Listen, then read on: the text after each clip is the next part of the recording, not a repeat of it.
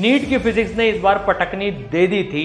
जो पेपर का लेवल आया था अब उसमें 50 नंबर से इंप्रूव करके 150 प्लस जाना कैसे है, स्पेशली ड्रॉपर्स की बात आज मैं करने वाला हूं। क्या फिजिक्स में स्ट्रैटेजी रखें जिससे फिजिक्स हमें डोमिनेट नहीं करे, हम फिजिक्स को डोमिनेट कर दें। ये जो स्ट्रैटेजी आप सुनने वाले हो ना, यह आपका पढ़ने का तरीका बदल देगी, आपको 50 नंबर से 150 नंबर तक पहुंचा देगी, प्रोवाइडेड आप इसको ढंग से फॉलो कर पाओ। देखो, जो सीरियस नहीं है वो आगे का वीडियो मत देखना, उनका 10 मिनट मैं नहीं चाहता वो अपनी लाइफ का इसमें डालें। सिर्फ वही बच्चे देखें इस वीडियो को जो मन से चाहते हैं कि मुझे फिजिक्स को डोमिनेट करके दिखाना है, बहुत हो गया, अब मैं फिजिक्स को फोड़ के दिखाऊंगा। देखो, सबसे पहले बात मैं आपको बताता हूं और बहुत सारे बच्चों की स्ट्रेटेजी बताऊंगा आपको, उन्होंने कैसे फिजिक्स को डोमिनेट किया इस बार, जिन्होंने 25 में फोड़ के दिखा दिया। भाई, सबसे पहले तो हमें जो चीज सोचनी पड़ेगी ना, हम काफी बार ये चीज सोचते हैं, मेरे से इतने बच्चों ने पूछ चुका, सर क्या मैं कर सकता हूं, can I do it, can I. अरे भैया, बड़ा सिंपल सा आंसर है, इसको इधर से इधर ले आओ, क्या बन रहा है वो, आई कैन डू इट। भाई, कर सकते हैं ना, क्यों नहीं कर सकते हैं। कोई ऐसा तो है नहीं कि जी एडवांस लेवल से भी प्लस में फिजिक्स आ गई हो। भाई, बहुत सारे सवाल ऐसे थे, मॉडर्न फिजिक्स में देखो जी एडवांस लेवल टच करके 2 सवाल आ गए थे एकदम, लेकिन हमें तो पता है ना वो कैसे क्रैक करना है। तो भाई, अब उसको क्रैक करने का तरीका देखेंगे। सबसे पहले तो जो ड्रॉपर्स हैं, जो 2025 का घाव अभी मन में लेके बैठे हैं अभी तक भी, उनको पहले तो अपना माइंडसेट रीसेट करना पड़ेगा। माइंडसेट रीसेट का मतलब क्या है, एक बार एक्सेप्ट करना पड़ेगा, भैया फिजिक्स का लेवल बढ़ चुका है, अब उस मुकालते में नहीं जीना है कि हो सकता है सर 2024 का पेपर वापस आ जाए, हो सकता है सर वही बेसिक सवाल वापस आ जाए। नहीं, आ गए तो वैसे भी आप वो कर लोगे। तो सबसे पहले माइंड का रीसेट करना है। आज मैं फिजिक्स की बात करने वाला हूं। देखो, एक बच्चे की आपको बात बताता हूं, इस बार वो एम्स में जा रहा है, उसकी कहानी बताऊंगा अभी आपको। उसका जब फोन आया ना, जब मैंने उसको बधाई के लिए फोन किया, उसने बोला, सर आपने जो टॉपिक वाइज टेस्ट फिजिक्स के करवाए थे, उसको देखकर मेरे को लगता था सर ये लेवल कभी आ सकता है क्या, क्यों सर ने कुछ टॉपिक वाइज टेस्ट का लेवल ऐसा सेट करके रख रखा है, जबकि नीट ने ऐसा पूछा ही नहीं है। सर अब मुझे समझ में आया, आज मैं आपको उसके लिए थैंक यू बोलता हूं कि सर वो लेवल आपने प्रैक्टिस करा दिया। तब तो ऐसा लगता था नंबर कम आ रहे हैं। भाई, इस बार यार नीट फिजिक्स में अगर तुम 120 130 भी लेके आ गए थे तो तुम्हारा, कहते ना, बेड़ा पार हो गया था भैया। अब हम तो इस पेपर में छोटी बात नहीं करेंगे, 150 प्लस की बात ही करेंगे। देखो, 180 की बात करना पाप है इस पेपर में। वो आपको 2 घंटे मिले फिजिक्स करने के लिए, 2.5 घंटे मिले फिजिक्स करने के लिए, तो आप उसमें 180 में से 180 लेके आ सकते हो। अपन प्रैक्टिकल बात कर रहे हैं। अब ये फर्जीवाड़ा होगा इस पेपर में 180 की बात करना। आप ला सकते हो, ऐसा नहीं ला सकते, लेकिन भैया बायोलॉजी और केमिस्ट्री भी तो करनी है। तो पहले 150 का टारगेट अचीव करेंगे, फिर उसके बाद 180 पे जाएंगे। तो सबसे पहला माइंड को ये रीसेट करना है। मुझे कमेंट में हर बच्चे को एक ये बात बतानी है कि मैं, जो कहते हैं ना इसमें, कि मैं अब फिजिक्स को डोमिनेट करूंगा, I will dominate physics, I will dominate physics. पहले तो मन में उसका डर हटाना है। अब देखो, एक बात जो है, अब टफ आ गई, लेकिन इसका मतलब ये नहीं कि अब स्क्रैच से करना चालू कर दो। जैसे जो सेकंड ड्रॉपर है, थर्ड ड्रॉपर है, भाई तुम 2-2 बार पढ़ चुके हो, इसका मतलब ये तुम्हें नहीं कि अब तुम्हें एकदम जीरो से चालू करना है। जीरो से चालू करना है, अच्छे लेवल की प्रॉब्लम्स करना, पर नॉट नेसेसरी कि तुम भाई वापस से फिजिक्स की थ्योरी जीरो से स्टार्ट करना पढ़ो कि भैया यूनिटेड डायमेंशन में 7 फंडामेंटल क्वांटिटीज होती हैं, फलाना ये डिराइव्ड क्वांटिटीज होती हैं, ये ऐसा होता है। भाई, काइनेमेटिक्स की 5 इक्वेशन होती हैं, 3 मुझे पता है, 2 और आ जाती हैं, वो छठी इक्वेशन nth उसकी ऐसे होती है। नहीं, वो तुम्हें जो चीज पता है ना, वो चीज पता है, उसके ऊपर टॉप पे बिल्ड करना है। अब लेवल अप कैसे करें? अभी तक जो प्रैक्टिस करते आ रहे हैं ना, फिजिक्स की प्रॉब्लम्स जो हम प्रैक्टिस करते आ रहे हैं, उससे अच्छे लेवल की प्रैक्टिस करनी पड़ेगी। कंटेंट भी उससे अच्छे लेवल का पढ़ना पड़ेगा। अगर नीट की फिजिक्स को बीट करना है तो हमें अपना लेवल उसके ऊपर जाना पड़ेगा। तो पहले माइंड पे ये अपना रीसेट करो कि मुझे अच्छे लेवल की पढ़ाई करनी होगी। उसमें डरना नहीं अगर सवाल कम हो तो। एक बच्चे से मैंने बात करी अभी जस्ट थोड़ी देर पहले, मैंने कहा बेटा तू क्या कर रहा है? उसने कहा सर मैं पता है वापस से है ना एकदम जीरो से स्टार्ट कर रहा हूं और मैं वही बेसिक सवाल से कर रहा हूं सर। जैसे ही क्योंकि मैं अच्छे सवाल पे जाता हूं मेरा कॉन्फिडेंस डाउन हो जाता है, इसलिए मैं बेसिक सवाल से कर रहा हूं। यार एक बात बता, कब तक अपने आप को इस माइंडसेट में रखेगा बेटा? मैंने उसको ये समझाया अच्छे लेवल पे जाना है, माउंट एवरेस्ट पे अगर चढ़ना है तो उसको उस पर चढ़ने की काबिलियत तो डेवलप कभी ना कभी तो करनी पड़ेगी ना, कब तक डर के बैठोगे। तो एक तो लेवल अप करो अपना, अच्छे सवाल करने से घबराना नहीं है। 10 में से 5 हो रहे हैं पर कम से कम तुम्हें उसमें लर्निंग तो मिल रही है, तुम उनसे भिड़ना तो सीख रहे हो, तो लेवल अप करो। तीसरी एक चीज है, टाइम बाउंड पढ़ाई करनी है। मैं टाइम टेबल का वीडियो एक अलग वीडियो बनाने वाला हूं कि भाई कैसे तुम्हें टाइम टेबल बनाना है, लेकिन रैंडम मत करो। ड्रॉपर्स एक बहुत बड़ी गलती करते हैं क्योंकि उन्हें कुछ आता है, वो उनकी ताकत भी है लेकिन वही उनकी कमजोरी बनती है। वो रैंडमली करते हैं, सर मैंने ये टॉपिक उठा लिया, आज मैंने मॉडर्न फिजिक्स उठा लिया, आज मैंने ये उठा लिया, आज मैंने उठा लिया। ऐसा नहीं करो, तुम एक सीक्वेंस में करो। हर चैप्टर को स्ट्रॉन्ग करते हुए जाना है, चेक मार्क करते हुए जाना है। तुम भले यूनिट डायमेंशन से स्टार्ट करो, काइनेमैटिक्स 1D से स्टार्ट करो, जिस भी चैप्टर से करना चाहते हो करो, but it should be time bound and with planning, क्योंकि हमारे पास इनफाइनाइट टाइम नहीं है। अगले मई के पहले संडे को हमारा पेपर आने वाला है और हमारे पास अब टाइम 12 महीने भी नहीं बचे हैं, ये ध्यान रखना। इसलिए do everything in particular time limit. अब हर चैप्टर में कैसे करना है ना, फिजिक्स में कैसे इंश्योर करना है, 3 कैटेगरी मैंने चैप्टर की बनाई है, वो बताता हूं आपको।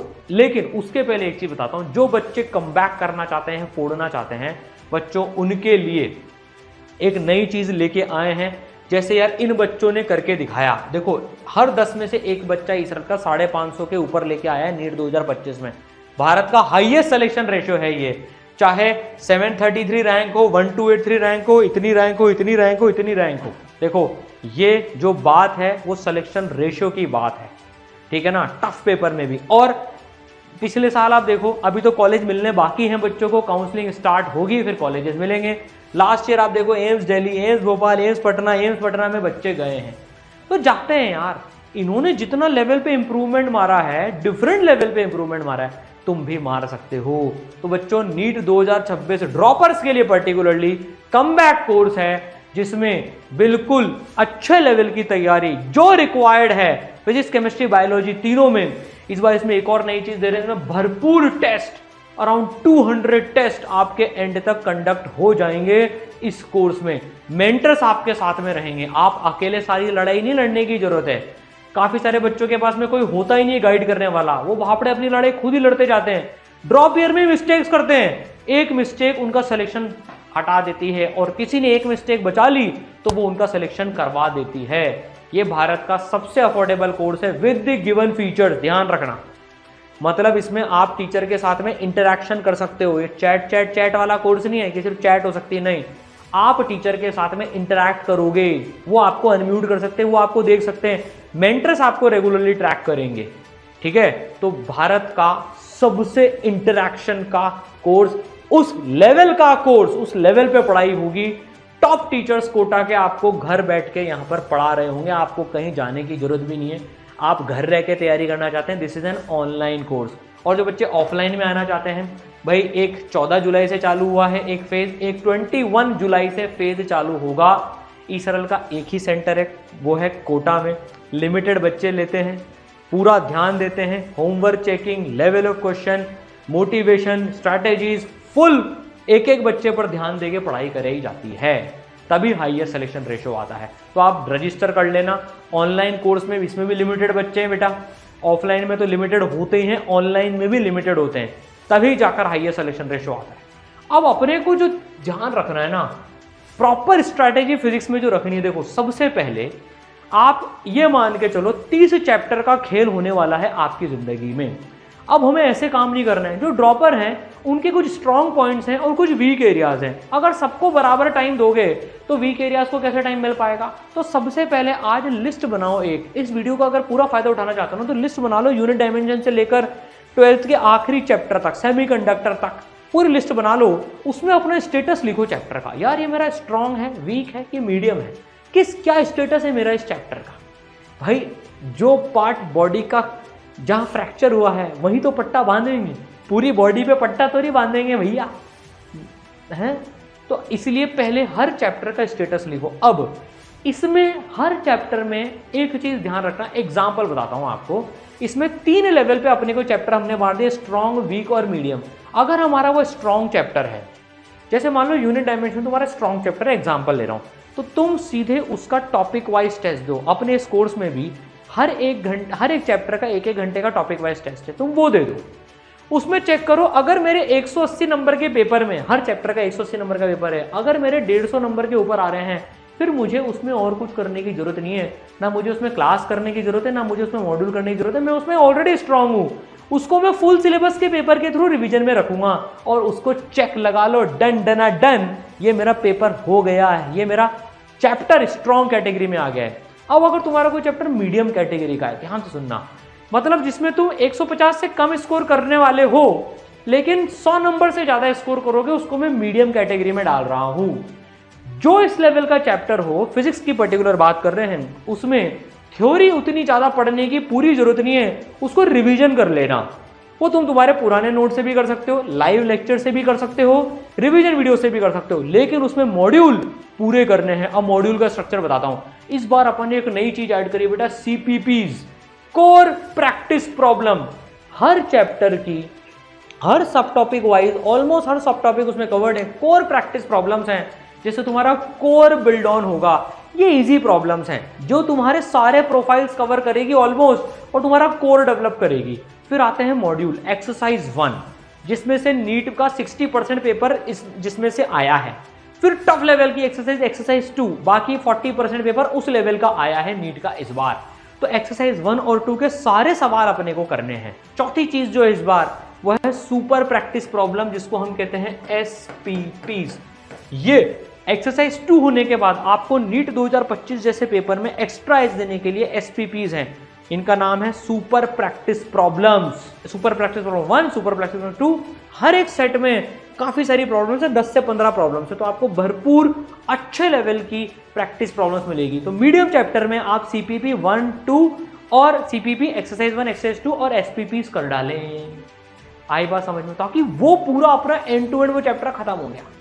अब बात करते हैं तीसरे कैटेगरी ऑफ चैप्टर की, जो हमारा वीक चैप्टर है, जिसमें हम 100 से कम स्कोर करेंगे। मैं उसको भी वीक कैटेगरी में डाल रहा हूं, देखो वो उसको मैं वीक कैटेगरी में डाल रहा हूं अभी, जिसमें हम 100 से कम स्कोर करेंगे। अगर 180 नंबर का उसका टॉपिक वाइज टेस्ट दे दो, उसमें तुम्हें जरूरत है पूरी थ्योरी भी पढ़ने की, क्योंकि उसमें गैप्स हैं, इसलिए उसमें 100 से कम नंबर आ रहे हैं तुम्हारे टॉपिक वाइज टेस्ट में।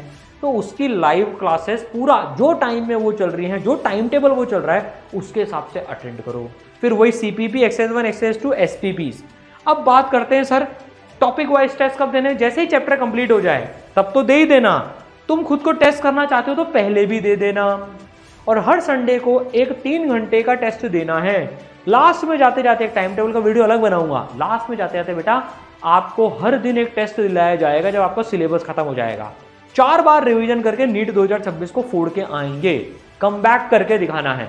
अब पीवाईक्यूज किसके करो, मेनली ड्रॉपर्स की क्या प्रॉब्लम होती है, सर पीवाईक्यूज रट गए, ऑप्शन देखा, क्वेश्चन तो पता ही है, ऑप्शन देखकर ही रट चुका है, उससे खुश नहीं होना है। वो तुम्हारी लाइफ में कोई ऐड नहीं कर रहा है, वो तुम्हारा इतनी पहले की मेहनत का रटा हुआ आंसर है उसका। तो बच्चों, अगर तुम्हारे साथ ये हो गया हो कि नीट के पीवाईक्यूज तुम्हें रट गए हो, तो उनको अभी मत करो, क्योंकि तुमने अभी जस्ट एग्जाम दिया 2 महीने पहले। तो इसके लिए तुम नीट के पीवाईक्यूज छोड़ के तुम जेईई मेन के पीवाईक्यूज करो। जेईई मेन के पीवाईक्यूज, तो कमबैक कोर्स में जेईई मेन के पीवाईक्यूज की भी एक्सेस ग्रेजुअली मिल जाएगी जब तुम्हारा चैप्टर हो जाएगा। तो उस चैप्टर के जेईई मेन के, वो भी अपन ने सेलेक्ट कर रखे हैं, वो दो, क्योंकि नीट का पेपर जेईई मेन के इक्विवेलेंट आया है, डेफिनेटली आया है। और बच्चे से ये एक्सपेक्टेशन थी कि भैया 45 सवाल वो 1 घंटे 10 मिनट, 1 घंटे 15 मिनट में कर ले। भैया नहीं, तभी तो 500 मार्क्स पे इस बार श्योर शॉट आपको मेडिकल कॉलेज गवर्नमेंट का वो भी मिल रहा है।